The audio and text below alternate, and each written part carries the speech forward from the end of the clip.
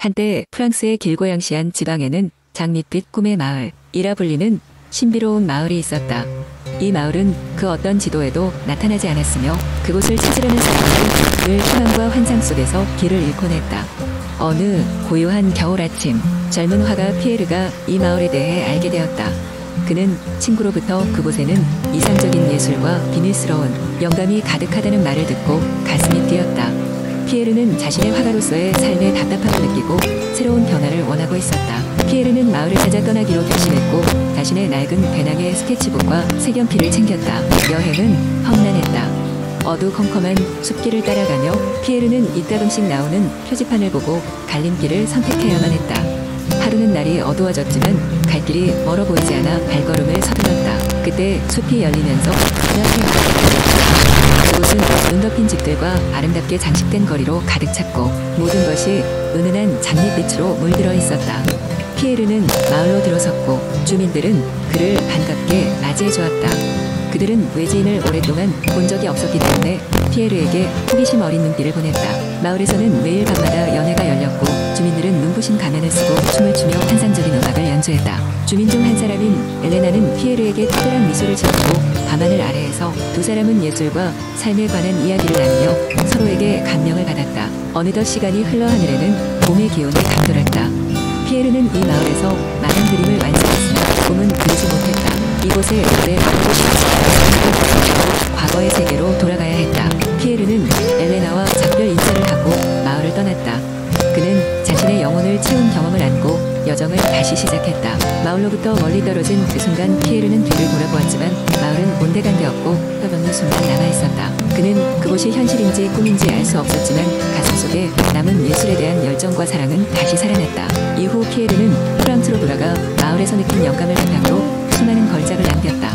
그는 장밋빛 꿈의 마을을 경험한 단 한 사람으로서 그곳을 기억하고 예술에 대한 그의 경험을 다른 이들과 나누었다. 사람들은 그의 설명과 그림을 통해 마을에 대한 꿈과 희망을 품게 되었고 피에르의 이야기가 남았다. 그리고 그 누구도 장밋빛 꿈의 마을이 실제로 존재했는지를 확신할 수는 없었지만 그 마을은 진정한 예술적 영감의 상징으로 여겨졌다. 두 번째 이야기.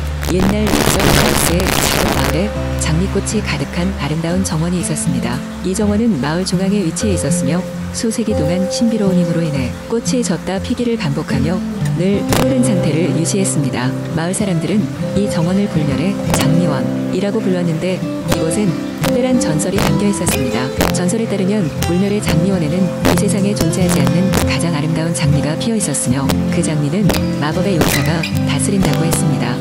용사는 하늘을 나는 황금빛 용을 타고 이 땅을 방황하며 장미를 보호하고 악으로부터 세상을 지키는 임무를 맡고 있었습니다.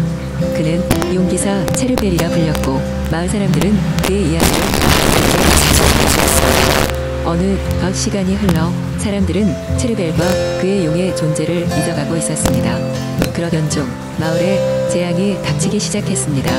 갑자기 정원의 장미들이 시들기 시작하면서 마을엔 기묘한 아군이 깃들게 되었고 사람들은 원인을 알 수 없는 불안감에 휩싸이게 되었습니다. 마을 의회의 지도자였던 로베르트는 장미원 문제의 해결을 위해 모험가와 학자들을 모아 장미원의 비밀을 밝히려 했습니다. 그중엔 로베르트의 딸인 아름답고 총명한 엘리나도 있었습니다. 엘리나는 불멸의 장미원에 관한 오래된 문헌을 철저히 조사한 끝에 장미의 시드름이 용기사 체르벨의 부재와 관련이 있다고 결론지었습니다. 엘리나는 이를 심장부로 알았습니다. 정원의 가장 깊은 곳, 오래된 나무뿌리 밑에서 이상한 문양과 마주하게 되었는데에는 고대의 마법 진원을 뜻하는 것이었습니다. 그녀는 오래된 사서에서 배운 대로 진원을 읊조렸고 그 순간 황금빛 빗줄기가 하늘로 치솟았으며 천공에서 장대한 용과 그의 용사가 모습을 드러냈습니다. 체르벨은 엘리나에게 감사의 뜻을 전하며 장미가 예전의 활력을 되찾게 도왔고 더불어 마을을 위협하던 악의 존재를 완전히 제거했습니다. 그는 이렇게 전했습니다. 이제 나와 나의 용은 세상을 여행하며 다른 지역을 지킬 것이지만 여러분의 용기가 불멸의 장미를 다시 피어나게 했으니 두려움에 떨지 않길 바랍니다. 장미와 더불어 언제든 돌아올 것입니다. 체르벨의 약속은 다양한 전설로 전해지며 마을 사람들은 다시 그를 기억하게 됐습니다. 시간이 흘러 장미원의 장미는 더욱 화려하게 피어나게 되었고 마을 사람들은 그 전설과 더불어 매년 장미와 용의 날 축제를 열며 감사의 마음을 나누게 되었습니다. 엘리나 역시 그 후로 마을의 위대한 지도자로서 역할을 수행하며 불멸의 장미원과 체르벨의 전설을 후세에 전했습니다. 세 번째 이야기. 옛날 한 프랑스의 작은 마을에 한 고지대에 위치한 작은 풍차가 있었다. 이 풍차는 마을 바깥쪽에 위치해 있었고 그 덕분에 마을 사람들은 그다지 관심을 두지 않았다. 그러나 이 풍차에는 특별한 비밀이 숨겨져 있었다. 이 풍차는 낮에는 평범한 곡물을 빻는 풍차였지만 밤이 되면 마법 같은 일이 벌어졌다. 달빛이 풍차의 날개를 스칠 때마다 날개는 천천히 반짝거리기 시작했고 곧 날개 끝에서부터 황금빛 먼지가 떨어져 마을 근처 숲으로 날아갔다. 그곳에는 오래된 요정 무리가 살고 있었다. 마을의 대부분의 사람들은 숲을 그냥 지나쳐가곤 했지만 어린 소녀 에밀리는 그 숲을 아주 좋아했다.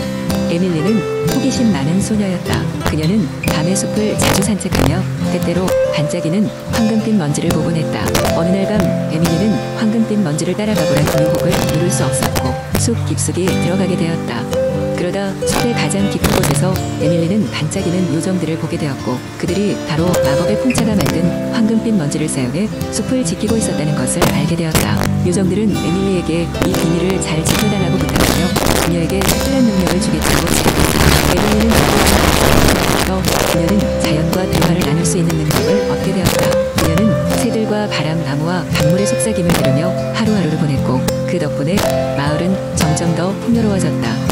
에밀리는 요정들과의 비밀을 지키며 때로는 풍차를 방문해 그들의 이야기를 들었다. 언젠가 마을에 건기가 찾아왔을 때에도 에밀리는 그 비밀의 힘을 활용해 마을에 비를 내리게 했고 마을 사람들은 그녀에게 깊은 감사를 표했다.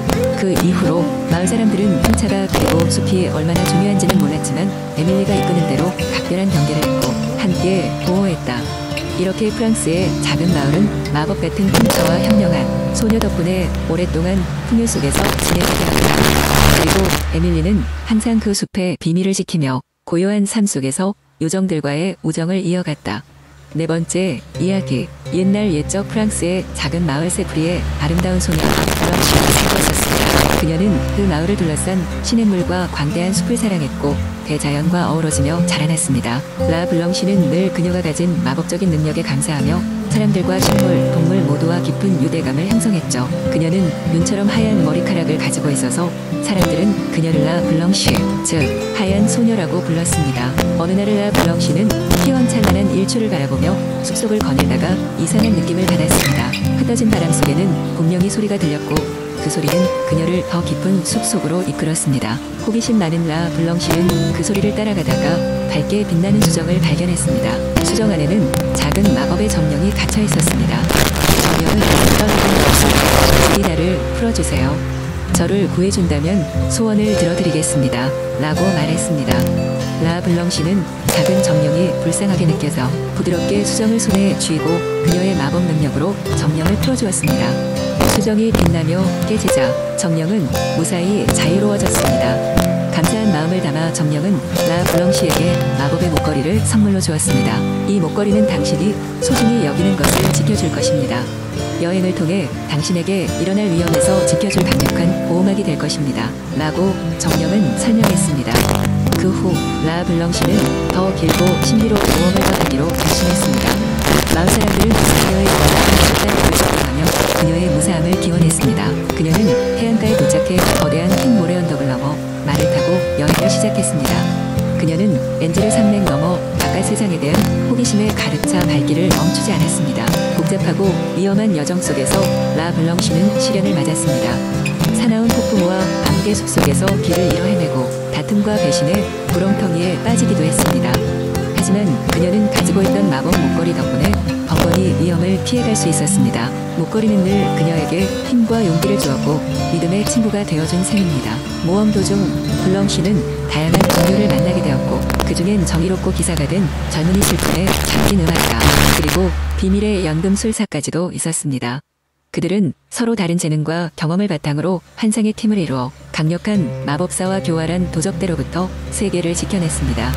서로의 추이를 존중하며 협력한 결과 그들은 모든 역경을 극복할 수 있었습니다. 여행의 끝자락에 다다라 라 블랑시는 마침내 인생의 보람을 찾았습니다. 고난을 통해 그녀는 자신이 원하던 것은 단순한 자유가 아니라 진실한 사랑과 우정임을 깨달았습니다. 그녀는 그녀는 사람들과 자연 모두와의 조화로운 삶을 이룬 여세로의 시작한 생에 하루하루를 깊이 감사하게 되었습니다. 결국 라 블랑시는 새로운 동화의 주인공이 되어 자부심을 느끼며 새로운 세상을 탐험하기로 결심했습니다. 그녀의 이야기는 오랜 세월 동안 전해졌고 그녀의 지혜와 용기는 후세에까지 귀감이 되는 전설로 남게 되었습니다.